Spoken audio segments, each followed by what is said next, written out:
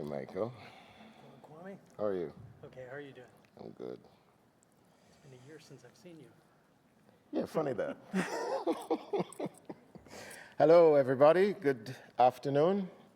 My name is Kwame Dawes. I'm a member of the AWP board, and I'm just going to read an introduction welcoming you here and to this wonderful occasion, this wonderful event.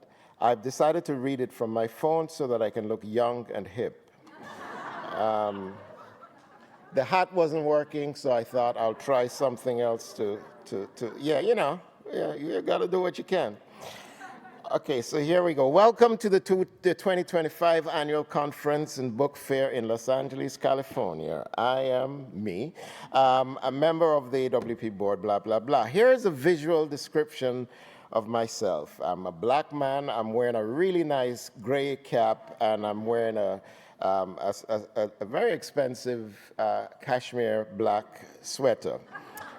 Very expensive. Thank you. The Association of Writers and Writing Program is a small but mighty nonprofit organization that amplifies the voices of writers and the academic programs and organizations that serve them, all while championing diversity, excellence in creative writing.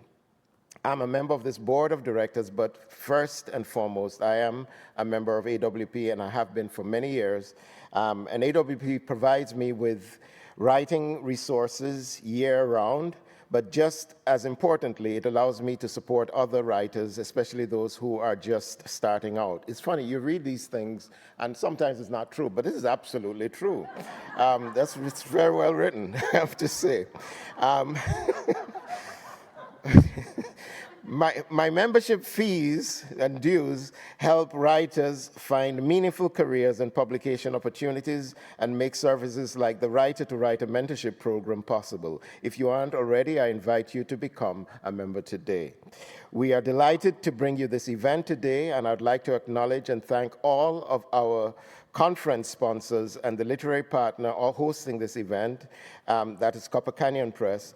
Our literary partners and sponsors allow AWP to present these extraordinary literary events and help us keep our conference affordable and accessible. So please join me first in thanking all of our conference sponsors and partners for their support, and of course thanking Copper Canyon for this partnership. So let's give them a hand. So some housekeeping things before we start. I do need to do some things. One, please silence your cell phones. Silence them. Remember, there is no flash photography allowed during the presentation. Respect seats marked as reserved for attendees with accessibility needs. And please give the authors about 10 minutes after the presentation to get to the book signing table before approaching them to have your book signed. Thank you.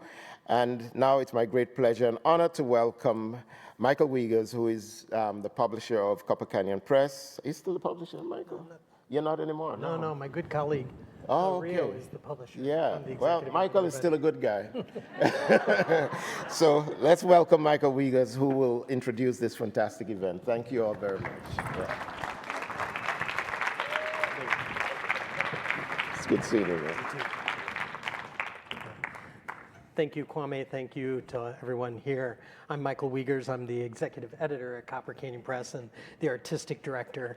And like Kwame, and in some attempt to maybe look younger than I am, I'm reading from my device as well. A description of myself: I'm a white man with white hair and leather glasses, and I'm wearing a linen suit that looks somewhat like a combination of pajamas and a prison suit, which is maybe appropriate for appropriate preparation for the current environment outside this convention hall. I'm thrilled to join Tishani Doshi, Shangyang Fang, and Pádraig Ó Tuama on this stage today. Over the past few years, I've had the great privilege of working with them across many time zones to bring their poems to readers wherever we can reach them via Copper Canyon Press. Across that time and those borders, I believe there's one common language that unifies all of humanity, and that's the language of poetry. Even while that language of poetry may be spoken and written, read and heard in many different tongues, from the ancient symbols etched on cave walls millennia ago to the nursery rhymes being read to a child at this very moment, to the student just starting in an MFA program, poetry is the language that distinguishes humankind. Today we have 3 poets from China, India, and Ireland who are bringing the language of poetry to the world of readers in this country. I like to think that poets are our first responders in times of cultural and historical crisis. They are our EMTs, if you will, showing up to the scene of political and emotional trauma that we're experiencing in this country and in this time of nationalistic fervor throughout the world. We need to look beyond our own myopic borders to bring us hope and strength in the power of poetry, the necessity of books. These poets help me believe once again in the shared common language that might guide us forward. Our first reader today is I'm going to just read all the bios, keeping them brief, and I'll read in order, and then they'll just come up and read their poems, and then maybe we'll have a brief conversation if time permits at the end. So first reading will be Shangyang Fang, who is from Chengdu, China. And I first read Shangyang's poems when he was a fellow at the Michener Center at the University of Texas, when he was an MFA candidate, like so many of the people attending this fair. I was immediately struck by the influence of classic Chinese literature in some of his poems at the time, poems that would become part of his first book. I left my props behind. His first book, Burying the Mountain. And I'm now thrilled that his second book is in honor to some of those poems via the reimagined translations of the Song Dynasty classics that he memorized when he was young. Perhaps he'll read some of those translations alongside his own poems today. Tishani Doshi is the author of 10 books across multiple genres. Her most recent poetry book is A God at the Door, and I can't wait for her next poetry book. Hint, hint. As the title of her book, Everything Begins Elsewhere, suggests, Tishani is multi-continental as she divides her time among India, Africa, and Europe, with the occasional stint here in the US. And if her writing life weren't enough of a creative expression, she's also an incredibly talented dancer who was mentored by and studied under the acclaimed choreographer Chandralekha. Finally, Pádraig Ó Tuama is the author of the newly released Kitchen Hymns, which was released by Copper Canyon Press last month. I first met Pádraig while working on a civic readers edition of Jericho Brown's book, The Tradition. And he was helping us to do what he calls practice coalition building. He's engaged in a practice of building community and bringing others into the world of poetry through his Poetry Unbound podcast, as well as his anthologies drawing from that. I'm happy to say that we will be doing another Pádraig collection of poems in the next year or two, hopefully. Again, hint, hint. So I'm going to turn the microphone over to the poets and thank them for joining us and reading.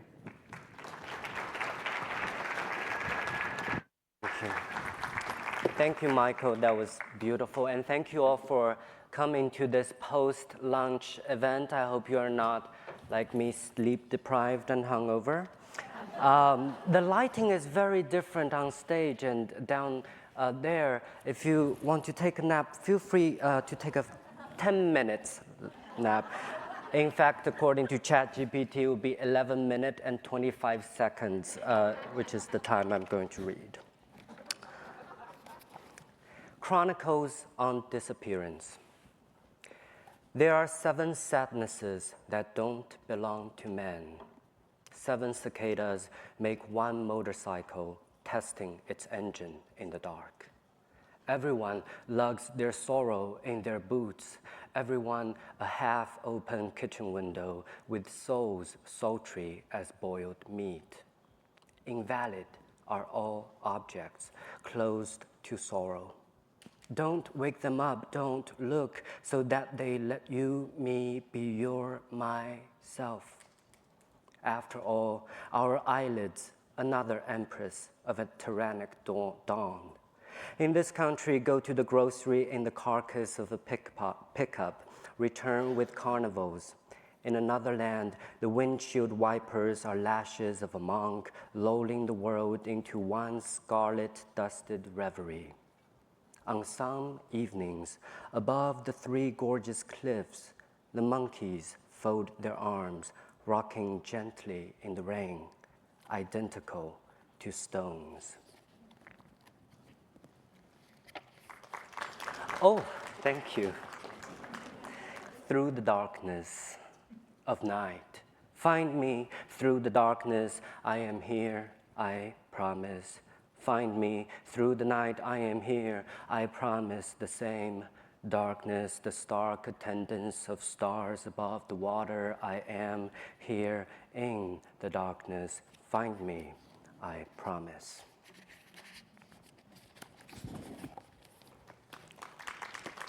Thank you. Foretaste of disaster. Young, therefore vain and wingless, he lets his father tie a blue thread around his chest. It is before the famous tragedy, the fall, before the imminent sea. The coast, still composed in subdued hues and regimented patterns. The abstraction of waves has yet to be mutilated by a scream. Human position yet to be tested. He, at his prime, Anthony Van Dyck, blazing like an overripe Flemish peach, presented this self-portrait in which an old man tethers a wing to a young man's pale, well-knit back. Here, grief has yet to become visible, as in Bruegel's stick out of the water, legs white as boiled chicken. In his early 20s, Icarus, the trespasser or cross-dresser, was punished for his pride. In his early 20s, Van Dyck portrayed himself as Icarus in a painting in front of which I stand looking him in the eyes. Tomorrow, I will be a quarter of a century old. My father disappeared like an antelope into the dawning gold. But if and when Icarus survives his drowning, stepping out of the sea as if out of a Cavafy poem, dripping with synonyms of passion and desire, who will untie the blue thread from his chest? Who will save me? Come to change my life.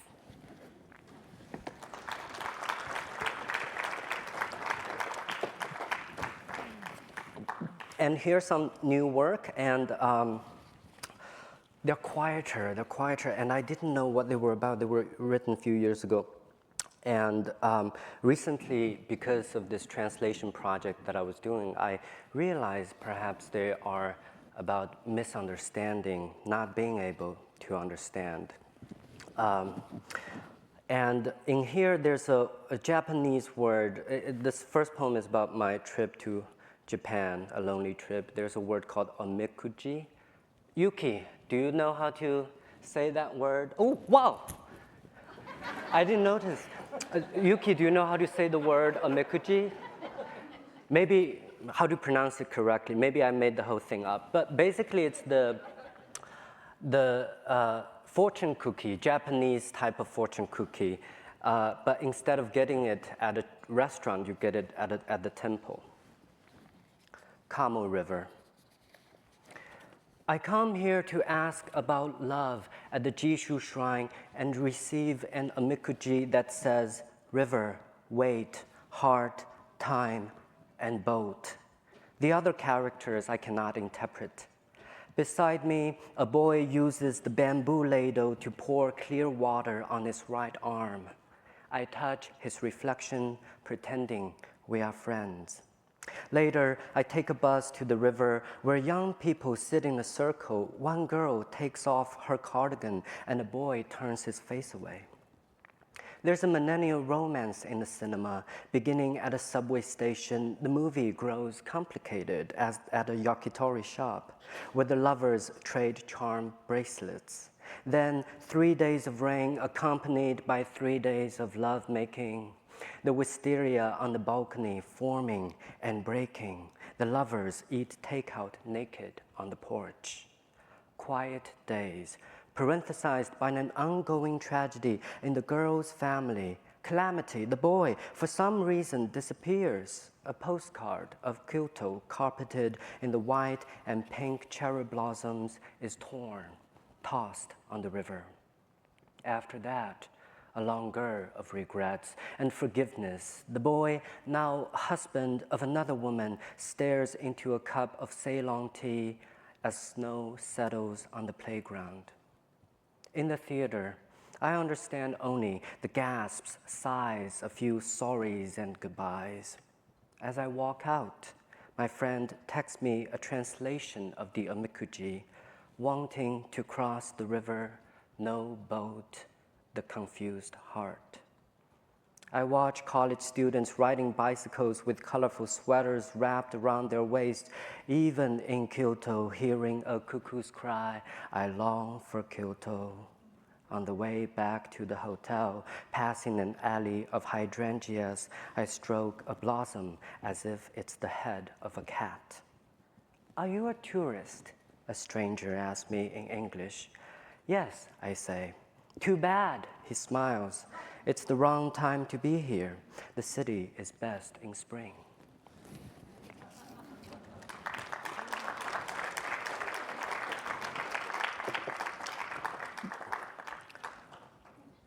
Obad.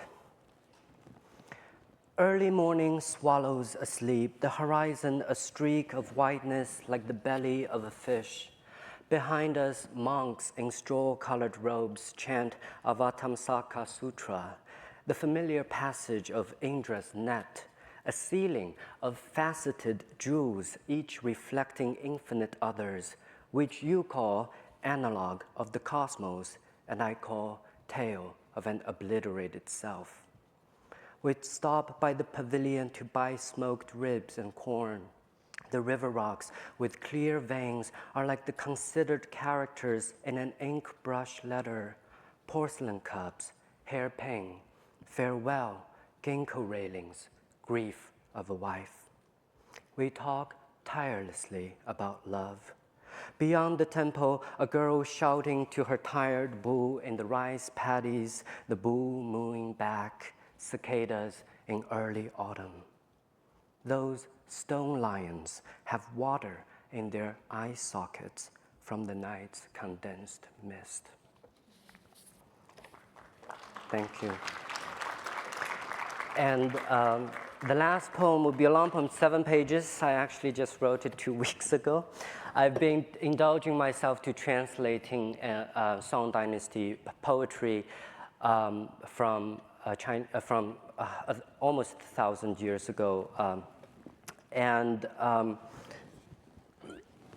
So I've not been writing my own poems at all, but as I was doing the copy editing, I thought, oh, finally I can write something. And it's a reflection on the translation process, also as an elegy for a mentor who passed away 2 years ago. And during the translation process, I love to send my poems, translated poems, to my friends who are non-poets, non-writers. I have an engineering degree, and most of my friends are engineers. They never read, and they are the best reader of poetry because they're either super judgmental or non-judgmental at all. They would say, I love it, or I hate it, or simply, I do not care. But occasionally, they make super interesting comment. For example, this translation I sent to a friend of mine, it has the phrase, the moon of Huainan, which is a place in China. And she read it and she texted me back saying, the moon of Huainan sounds no different from the moon of Arkansas. I was like, what? What do you mean by that? And that line stick with me. Perhaps no further explanation, that's how the engineers are. And it was bizarre, but then I thought perhaps the place, Huainan and Arkansas, both seem so remote to her experience that the name becomes interchangeable. So I wrote a 7-page poem after that.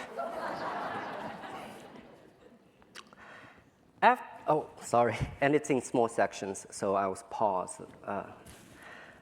After reading my translation of Jiang Kui, my friend texted, the moon of Huainan sounds no different from the moon of Arkansas. The art of precision, my mentor once said, each word must be fastened to its own finality. No word can stand in for another. There's a fiber of coldness in her tone on which 12 moons can settle. Jiang Kui, born almost 900 years ago, put down lines on love's sickness in Huainan, a place exalted for the devastating sweetness of tangerines. He had never seen the moon of Arkansas or the Arkansas sorghum field under the moonlight so fecund, or that cowboy in shiny boots droops over his horseback like a burlap sack, dying for love.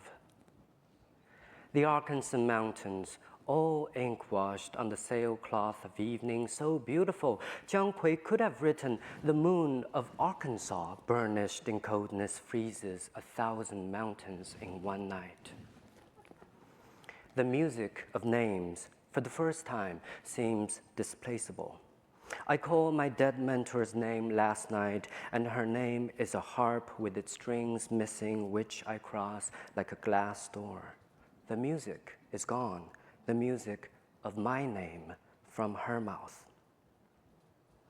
900 years ago, at a hotel beside Jingling River, Jiang Kui wrote to the dead, to make me dream of you, your soul must have crept outside of your body to travel near my hairpin.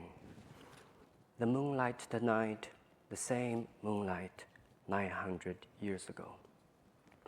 Some poets must have written, the moon rises beyond the body of earth like a soul. I don't dream of the moon. I only need to stare at it, and the world I'm in becomes a dream uninterrupted by the world I'm in. Arkansas, a place I've not been but feel nostalgic about. Possum pie, whatever that is, and biscuits with chocolate gravy I've not had but miss. I miss them as I miss the tangerines in Huainan, a sweetness I've not had. At the end of the poem, Jiang Kui wrote, when your soul walks back, she walks back alone, abandoned like the rest of us. Which is a mistranslation, for the subject of the sentence, instead of your soul, should have been the moon who returns into the darkness alone, which cannot be possessed to be abandoned, but only untended by human. I was at my mentor's yard in the spring of California, red peonies ravishing. When she talked about poetry, there was a fleck of flame locked inside her iris, making the whole garden dissolve. I dissolved. Between us, drafts of poems on the table, a jar heavy with blue-white blossoms. Part of the impulse to translate is to preserve, says a friend, which implies an afterlife. Jiang Kui, you don't know me, and I, who doesn't own a jade hairpin, am dreaming of you, translating you wrongly. Your bamboo mattress became bamboo mattress in English, peonies that are small vermilion palanquins, and your youth like 10 miles of spring breeze I can't greet. I greet you by memorizing, in this world, there is no grief when breakup outlasts memory. That imagined boy riding his imagined horse in the imagined sorghum field is dying for his imagined love, not knowing love must be real for the imagined to take place. The dead must be real for the living to be imagined. Perhaps the moon of Huainan is another devastating mistranslation which should have been the tangerine of Arkansas.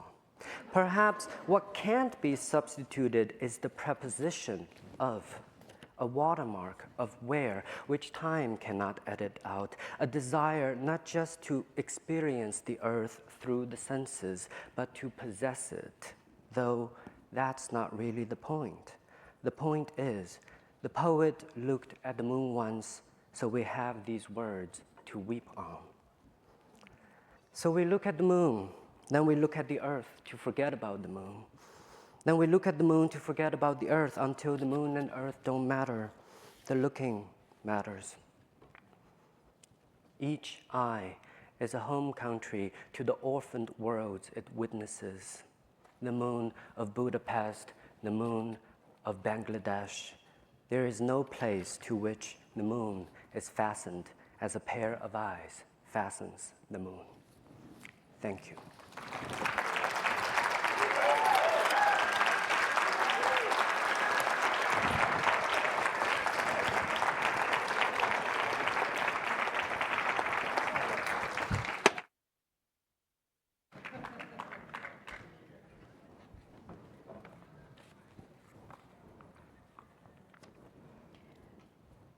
A theory on the origin of language. Last night, after months away from home, a lapwing piercing the still, dark, still with its warning. Language perhaps began like this: a campfire, one person to keep watch, who would have needed something to sound danger, a word like tiger, airstrike, run. And once the words entered, they were unstoppable, dragging dirt into the hallways of our brains, pitching tents to watch sunsets over the graying swamp. We had learned by then to make cleavers and picks, tools to carve the scavenged flesh of bison and mammoth, language and violence proceeding together. It was only later, in the flowering, armed with lorgnettes in the garden, that we could say things like, "Go and give the ass a drink of wine to wash down the figs," or "We'll spend time preening after copulation." When we lie down, you and I, our backs against the scrape of ground in this rain-fed, open country, all the shrapnel burst horrors of the year unable to be named, and so unable to pass from plowed fields of heart to limbs to throat. We let go, lift our legs to the sky as though they could hold up the heavens. Meaning recedes. In Armenian, the way to say I love you is, I want to eat your liver. In Arabic, I want you to bury me. I want you to walk on my eyelashes. Feel the retreat of thick sea ice collapse across our bodies. The ancestors of lapwing, they had feathers for 1,000,000 years before ever using them to fly. Our tongues, monarchs in the cradles of our mouths, now scream, now sing.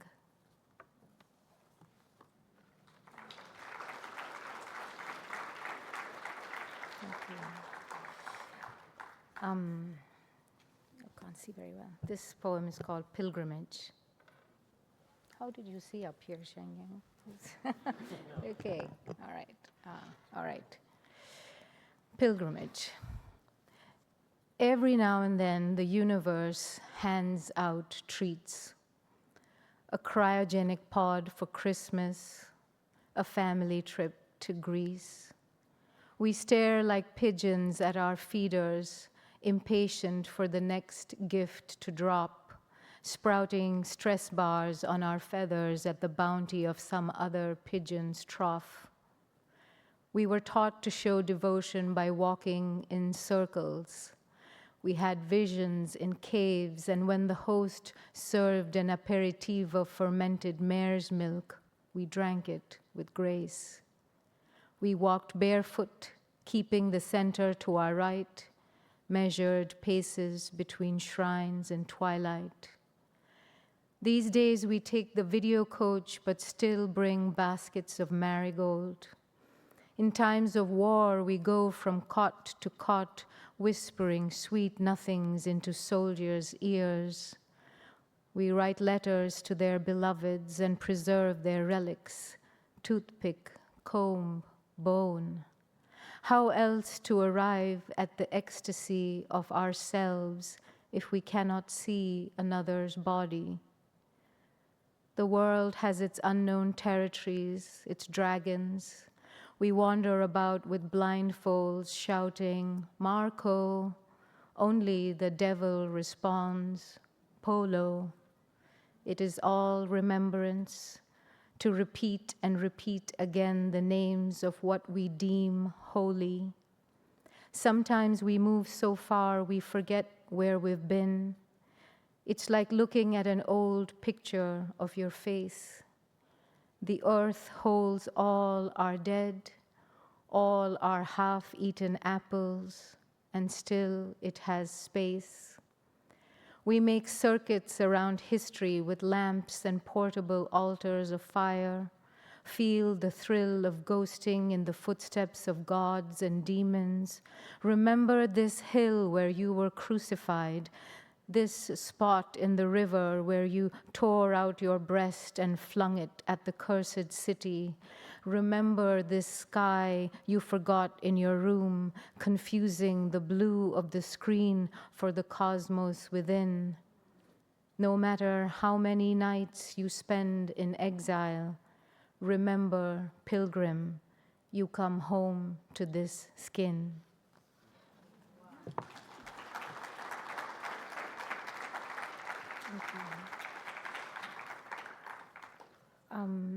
This poem was written after reading a lot of letters from Indian soldiers who served in the First World War.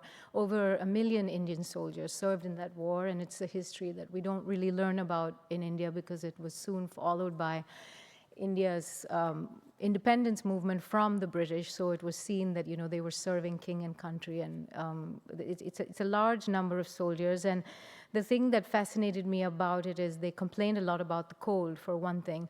Obviously, they missed home, but there's something about something called the Kala Pani, the black waters, that the idea that once you crossed the waters, once you took to the seas, once you left home, you lost your social standing, you lost your caste, you lost your place in society.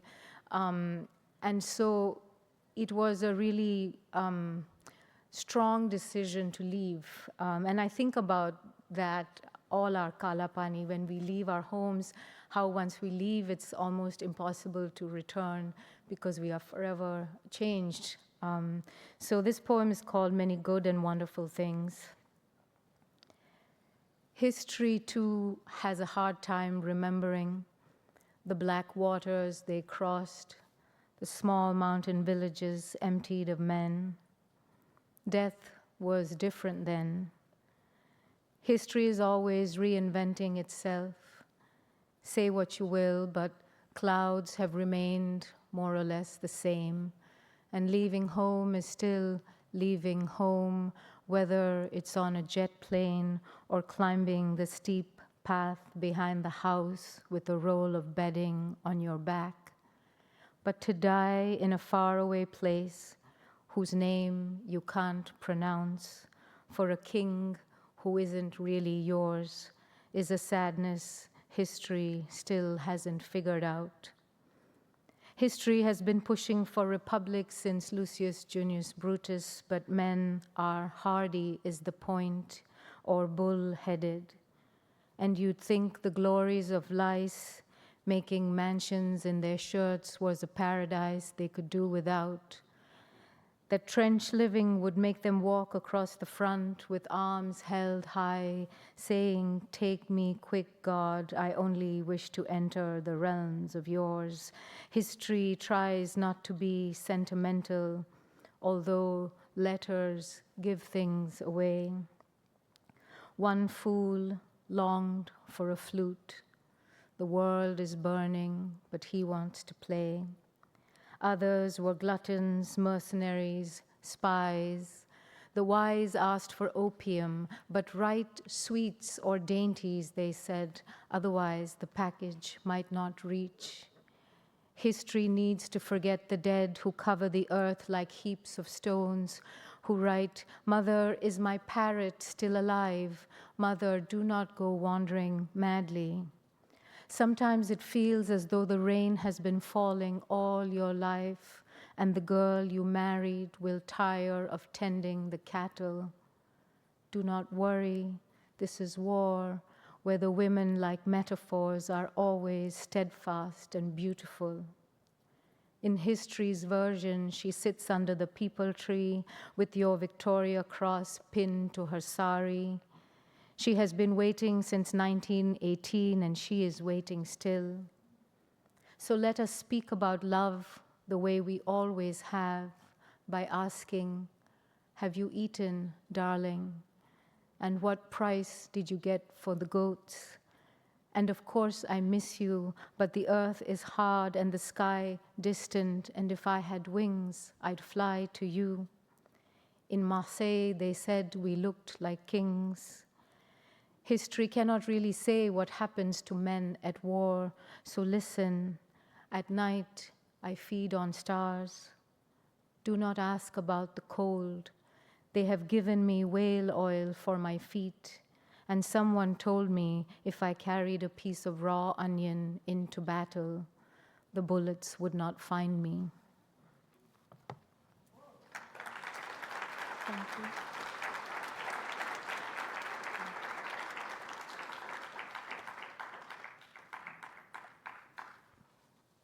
This poem was written as a commission for the Red Cross,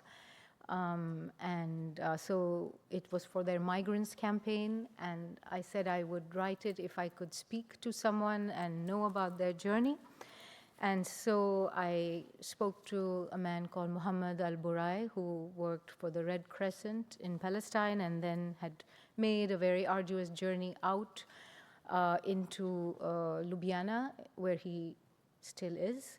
And we were supposed to have many conversations, but it turned out that we only had one, and that happened to be on October 6th last year. And so this is a poem called "Home Speaks in Many Tongues," and it is for Muhammad al-Burai. In Ljubljana, or wherever you are waking, in Gaza or Thessaloniki, across the border, beyond Istanbul, in some prelude to a town, on some scrubby hill, a guard says, "You look like a decent man," and offers you water. At dusk, the mountains look like hands. Their shadows are messengers, gray hooded crows that ask, "Where have you been for so long? Let's go." And as you run, each frontier becomes an absence, each fruit-shedding tree a lamentation. And through your monster phase of smugglers and dirty caravans, money tucked in your underwear, the one terrible night you had to survive, then another and another, when home was always across the next desert, you still thought, It is good luck to be alive. Now there is so much blood, skies bereft from so much falling, streets open-mouthed in horror, a slow planetary grief enveloping us all. Even now, someone is telling someone else, I will not leave you behind. The body continues its small revolution. This one life we slink into like a best-loved dress carries us over the banishment. Wherever you may be, a door is opening. Imagine the house still stands. Your mother is drawing you in. There, there, she says, as though you'd never left.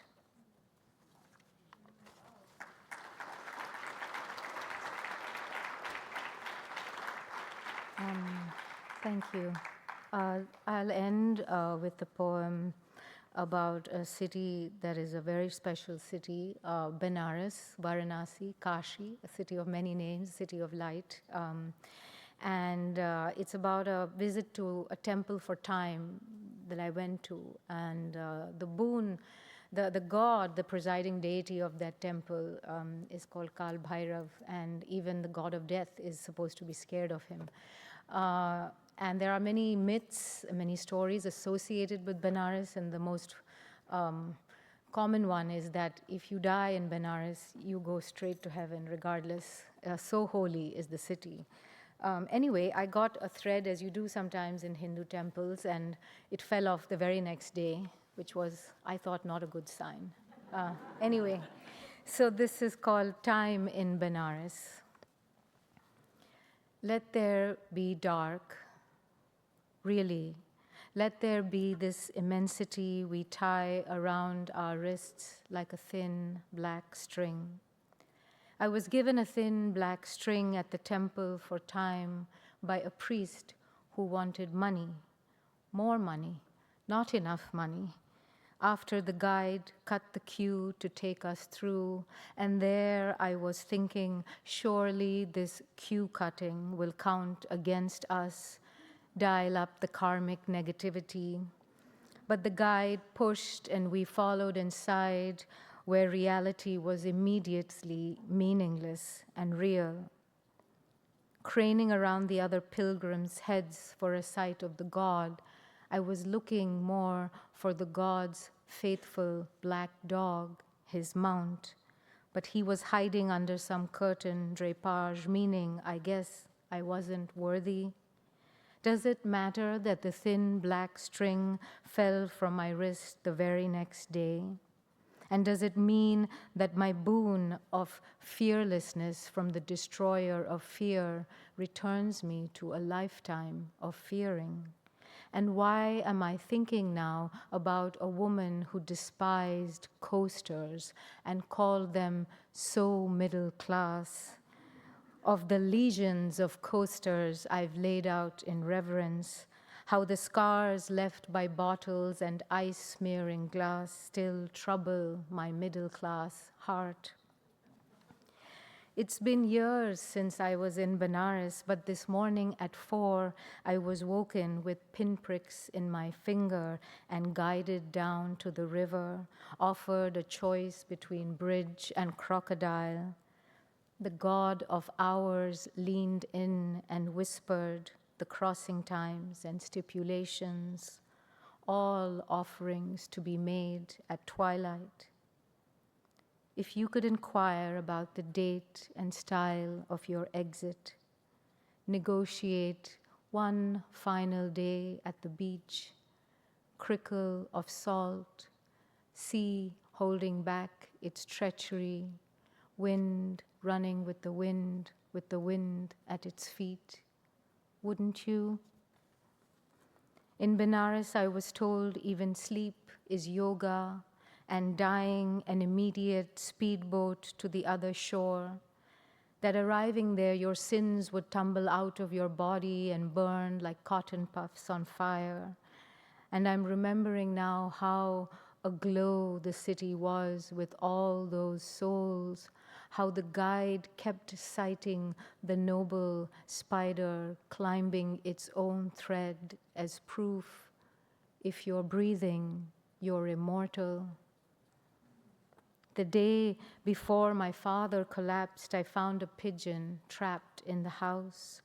So much fluttering and shit about, me on my knees, scrubbing. And now I've become a reader of signs. I'd say a falcon would have been more desirous, because if anyone's surpassing anything, it's a falcon.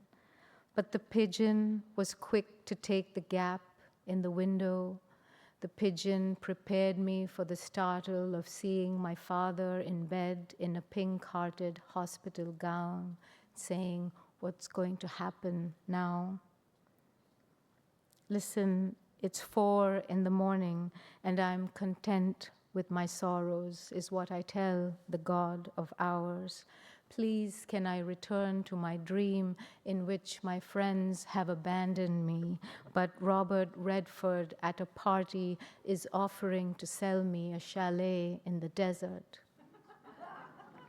Take my feet, my heart, just leave me the space between my nose and eyebrows. Take yesterday, take tomorrow, just leave me this blue throat of today, which despite all the burning, thirsts and longs for the world. Thank you.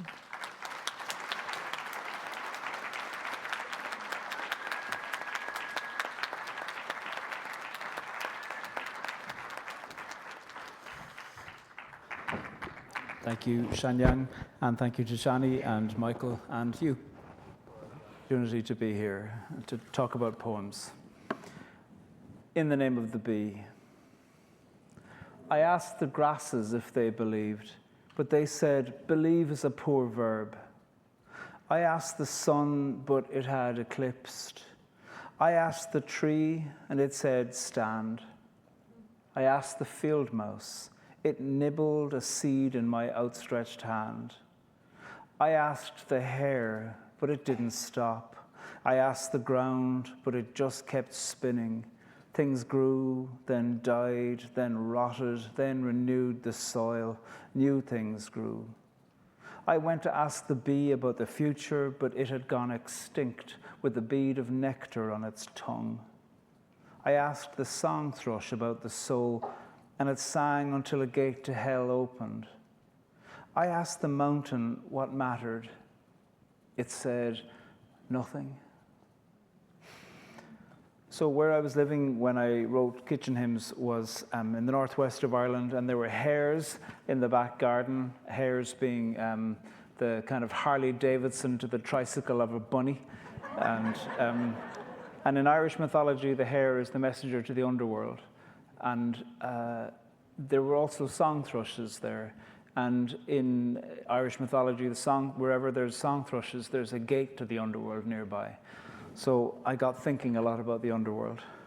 And it was also 2020, so we were all thinking a lot about the underworld. So I found myself, for a whole variety of reasons, trying to find a companion in mythology to the religious character Jesus of Nazareth, who, after his torture and execution by the Roman Empire, it says, according to the Gospels, that he went to Hades. And then I was curious as to what he thought then, what happened to him, what happened to his mind. And I thought he needed to find an equal, to meet an equal. So in wanders Persephone, daughter of Demeter, who spends every winter in Hades. And they meet in a garden near the gate. And I'll read some of these poems. The gate to the garden. She heard him, of course. She wondered who he was and where he came from, how. She'd made the rules. She knew he could only do this on his own. One glimpse back, one hand, one turn would send him packing. He was bleeding. She could smell the iron in the air. He imagined it was nearly over. Ha! It took her centuries, forgetting everything at every turn, thinking she was new when she was anything but new. Nothing worked to help her.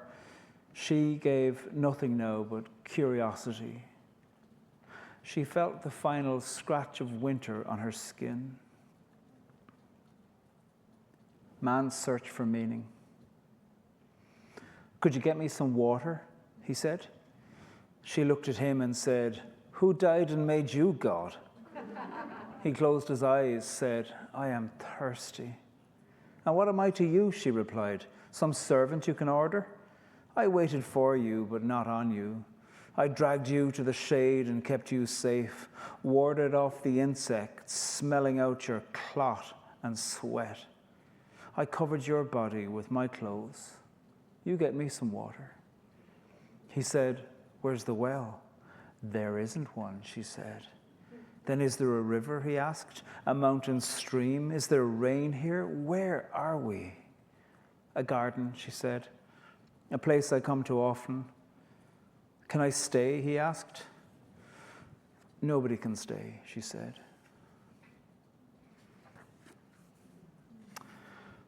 On the nature of forgetting. She'd seen his wounds. Who couldn't? But she knew she shouldn't ask until he'd settled down a little. So she watched, waited, saw him bend his knees while he was standing, balancing on the front part of his feet, tightening the muscles of his ass and thighs, always scanning the horizon, planning his escape. She looked at his bare back, his gasping, panicked chest, his mangled ankles. "Who did this to you?" she asked at last. "I forget," he said. "Forget? Or won't remember?" she asked. "Is there a difference?" he said. "Yes," she said. "I can see you need to talk, so talk to me. If not me, anyone, anything, the sky, the earth, a fucking tree." "Can't," he said. "Don't want to either."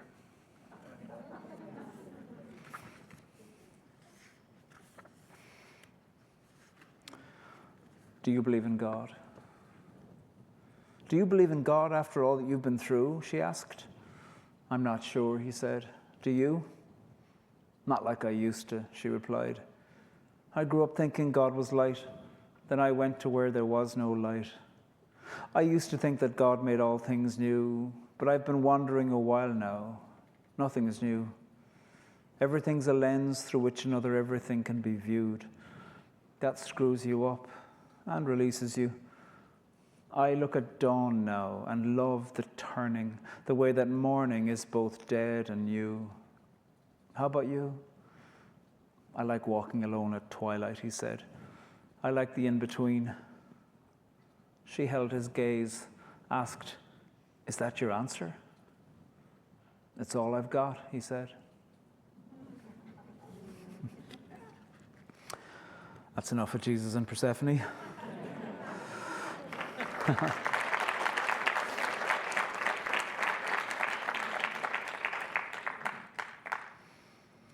I'm interested in responding to the abstract question of do you believe in God with tangible thoughts, and plenty of people who have been brought up in all kinds of religious systems have been taught to divorce the erotic from the spiritual. So here's a little response to that. Do you believe in God? "It'll hurt," he said. I said, "I know." "You're sure?" he said. "I'm sure." His weight on me, pushing into me, placing himself in me, making me with agony and please. It was abandonment and yes and no and more manly than I thought anything could be. It was take everything that I'd been begging to experience. It was sweet fury. It was deliverance. Thank you very much.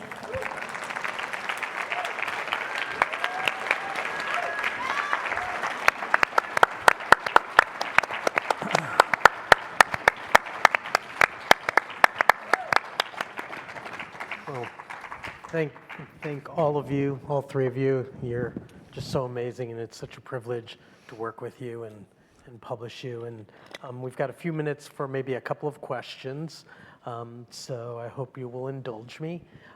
So each of you grew up in environments where English was just one of the languages spoken. And, so Gaelic, Irish in your case, Pádraig, and Chinese in your case, Shangyang, and Gujarati and Welsh and hundreds of others in your case, Tishani. So I'm hoping that, to borrow from your poem, Tishani, how have the monarchs in the cradles of our mouths flown across languages? Maybe you could tell us how those languages have informed each of your poetics. You want me to start? Sure, why not? The deal was Shangyang was going to read first, but he was not going to answer the question first. Fair enough.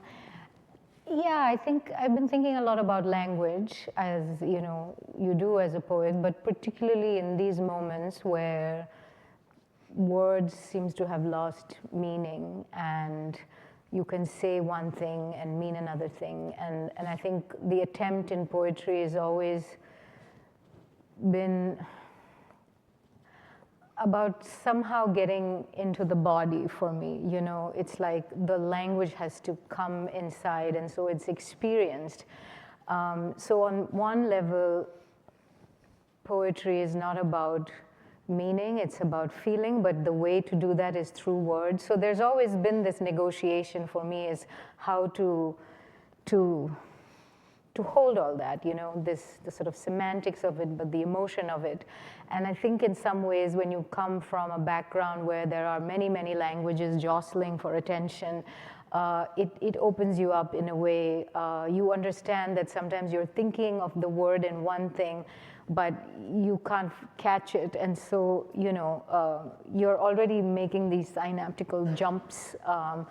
But for me at the moment now, it's more a question of, we were talking at lunch, if someone says, green is pink, what do you do, and how as a poet do you then combat the idea of truth, which is the small t and the big T, and how do you fight with that with language? And so in a time where language has become weaponized, it's become meaningless, but it's all we have, this is what we have as poets.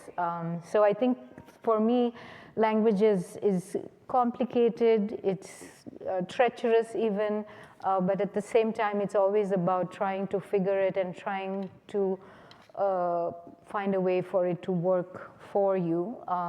And yeah, I don't think that answered your question at all. But anyway, I'll move it over to you.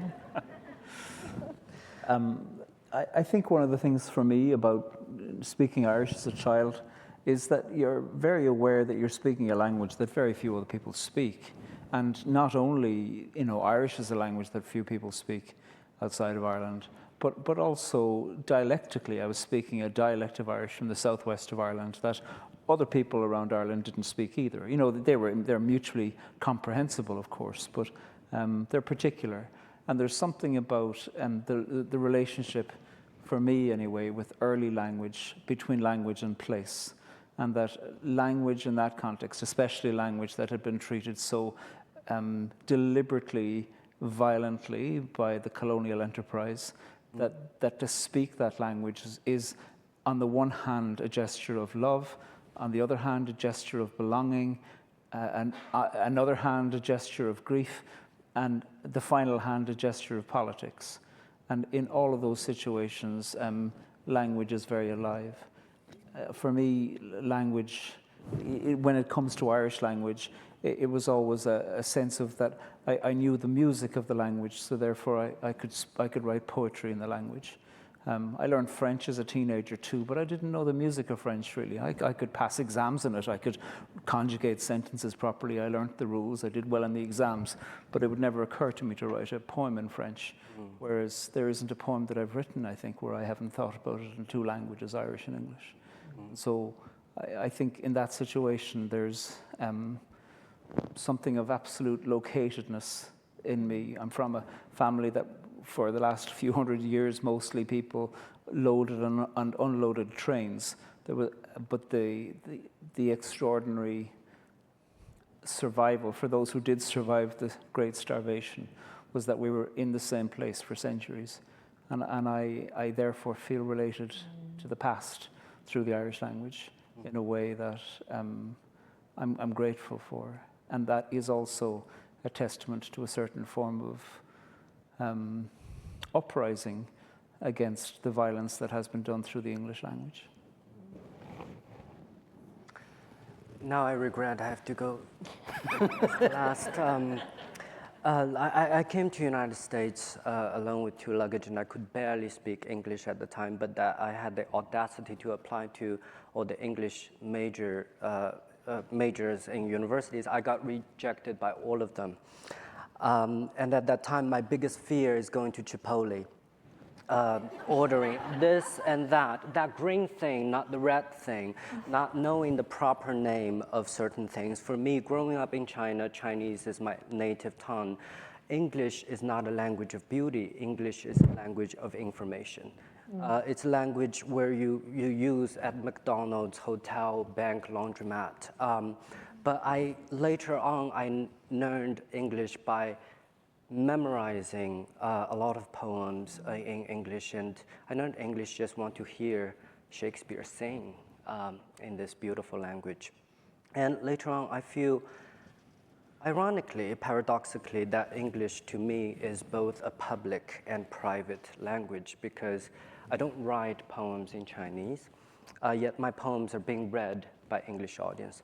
My parents do not read my poems at all. They couldn't speak English at all. There is a detachment to this second adopted language that is almost materialized in the hand, that you can just shape it however you want. And because of this distance, I'm able to speak secrets of my heart, privacy, deep privacy, that I could not do with my mother tongue at all. So I feel that is a blessing, and I learned it's a beautiful language. So, and you have a similar, secret language via kitchen hymns, right? So the kitchen hymns were those that were sung in Gaelic. So Yeah. there's an analog, I think, between. Kitchen hymns is a loose phrase to refer to hymns that people sung at home, not in the chapel, because they were in Irish, not in Latin. And I mean, these weren't kind of revolutionary hymns. They were hymns of deep devotion, absolute and utter devotion. Probably many of them written by women, which is probably another reason why they were banned from being sung in the chapel. They weren't in Latin, and they were not coming from men. There's one very famous one where it's the voice of Mary singing to her dead son, and she says, "O ma vachin vuirnach le de chronin garris briste, O my small darling son, with your little nose torn and broken." What an extraordinary way within which whomever wrote this, she knew what it's like to see an adult injured by violence, an adult child, and remember that child having gone through some kind of injury as a youngster. That isn't just a hymn, therefore, about religious belief. It's a hymn about experience. And there's something in that where you hide the lived experience under the shadow of the mythological. And that, I think, is a way of finding the capacity to amplify story through the solidarity of the familiar, broad themes that occur to us in our mythologies. Thank you. So, Shangyang, in the last poem you read, you draw upon your readers, your friends, not only for their criticism and critique, but for their voices. And then Tishani, you read a new poem drawn from letters and interviews to inform the poems, let's see, wherever they are to open a door. I can't remember the exact line there, and then Pádraig, over lunch you were talking about the practice of coalition building, something that you learned through your conflict mediation work. And I'm wondering if, and I see that also, we were talking about the building of communities, which I think we're doing in this conference. But I'm wondering if each of you believes that poetry and writing itself is a practice of coalition building.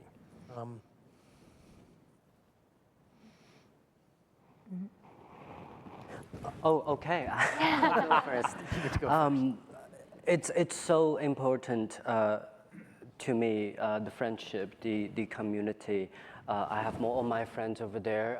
Without, for example, Yuki Tanaka and Daniel Ruiz, whose books are out, their debut collection, one from Four-Way Book and one from our Copper Canyon. Please go buy them. Yes. Without them, I would never continue to write poems. I mean, the passion was wonderful at first, but then kind of diminished because of certain things. But also, I had a period of difficulty, as we talked about at the lunch, not being able to write because of my mentor passed away 2 years ago. And recently, I regained my voice, and it was also because of the help of these friends. So I have nothing wise to say, but friendship keep us alive. But also those small moments that we pick up as poets after I finish that long poem, overhearing that the moon of Huainan is the moon of Arkansas. It's like, you spend a week on this thing?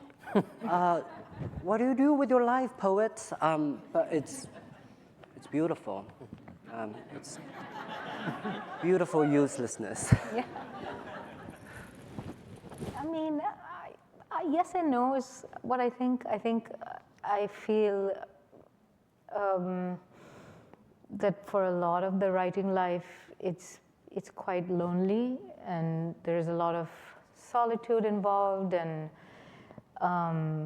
not a direct sense of plugging into any community. Maybe because I've never lived in a big city where, I'm not sitting at a cafe every day with someone and shooting the breeze. And so it's always been that's very far.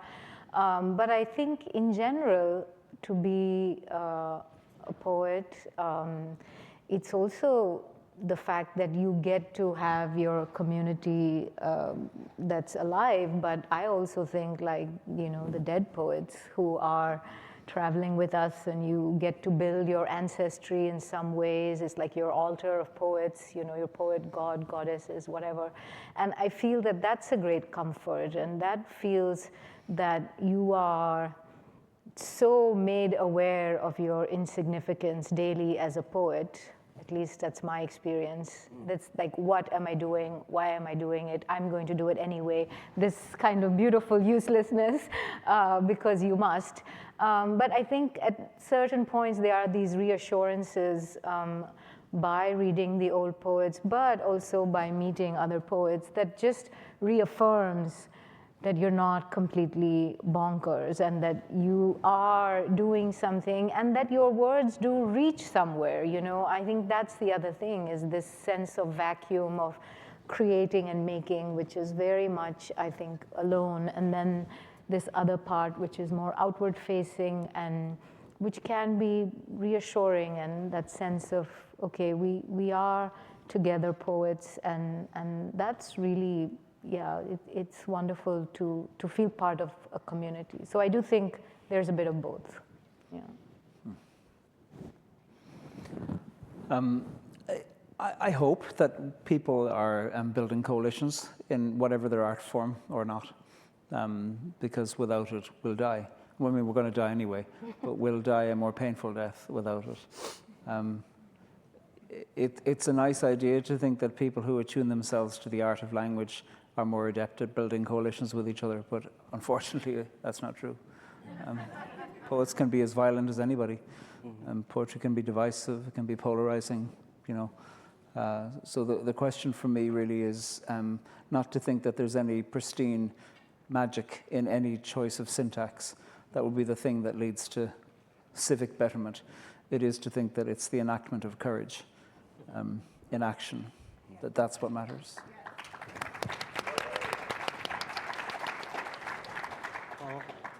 I should probably let us where we've reached our end.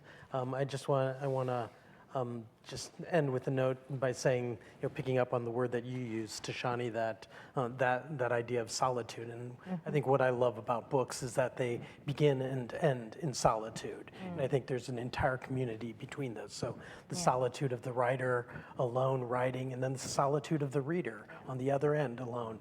And the act of publishing is the act of making something public. And so I believe it's an act of community building that we do here by getting our work out into the minds and eyes and ears of readers and writers. So, but thank you. And we thank you for that. Love being your publisher. Thank you to my colleagues also.